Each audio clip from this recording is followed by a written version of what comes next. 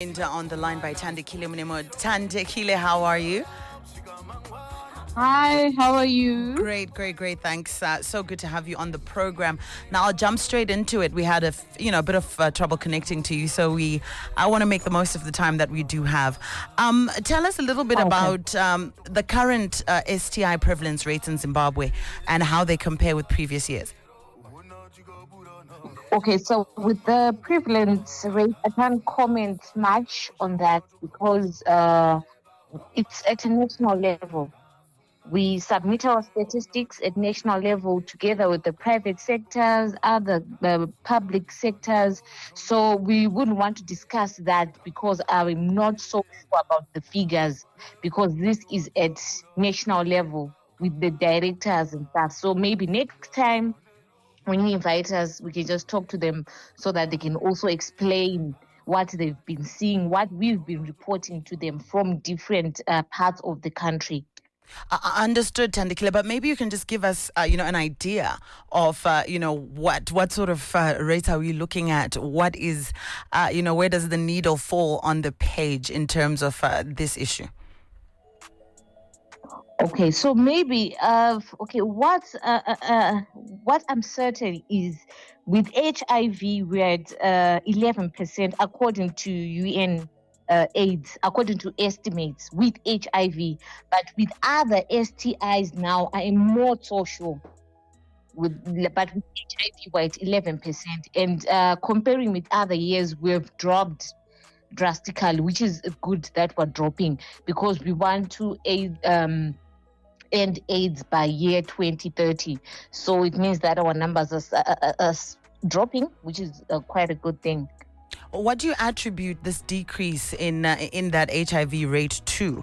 And is it affecting specific demographics or regions in your statistics? So with the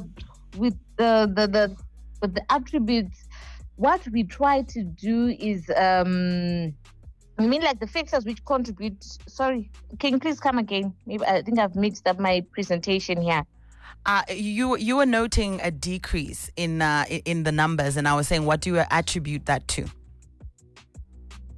Okay, so some possible factors they include condom distribution, because we deal with several institutes where we distribute our condoms. We tell them how to use the condoms. We encourage them to use condoms and also to have one faithful partner, to have HIV testing before indulging, and also to avoid, having different sexual partners. So we think that also has an impact in assisting in reducing the STIs in Zimbabwe.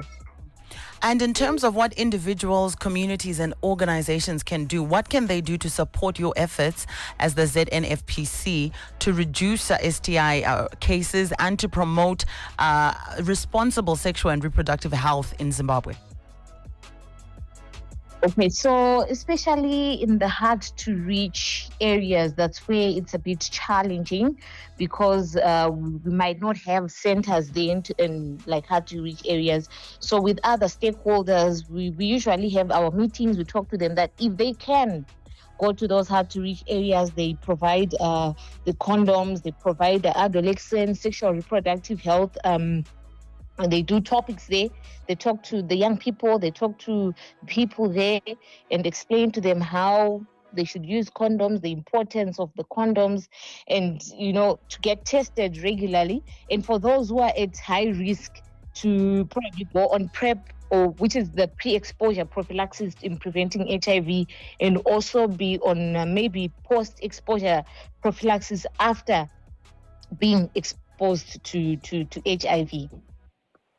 And in terms of stigma, are you still seeing and noting the same rates of stigma for those who do come forward and disclose their statuses? stigma, I think we've moved past that as a nation. Maybe in the late 2000s, we used to experience that, but as of late, with stigma, I think we've moved past that as a nation. Now people, they talk freely about HIV, so it has actually become easier for everybody, us in the health sector and even people out there. Now we're slowly, in fact, we've accepted that there is HIV and there are ways to prevent it. So people have become, open about the topic of HIV, which is quite good. Absolutely, it is. Now, as we bring the program to a close, what takeaway point would you have for our listeners regarding their sexual reproductive health, regarding testing, and also just being aware of some of these factors when it comes to indulging in sexual activities? Okay, so I would encourage the listeners to get tested on a regular basis. For those who are at high risk, at least 3 months you get tested. And we also, as ZNFPC, we offer pre-exposure prophylaxis and post-exposure prophylaxis to prevent yourself from contracting HIV. And as for women, we encourage women to have cervical cancer screening done, which is every 2 years if they're HIV negative and every year if they're HIV positive. And we also encourage men, because we're trying to involve men. We do like a comprehensive approach. We want men to be involved in this sexual reproductive health. So we also encourage men to get circumcised, thus reducing their chances of also contracting these STIs, including HIV and AIDS, by 60%, which is quite a high number. So that's the takeaway. And for the young people, we encourage the young people to come. We've got our youth-friendly clinics. If they need to talk to us, if they need to be initiated on family planning or condom use, we can discuss all of those topics. Thank you so much, Thandekile, for your time and for spreading such an important message to all listening. Have a good night and keep the fight up. Oh, thank you so much for having me.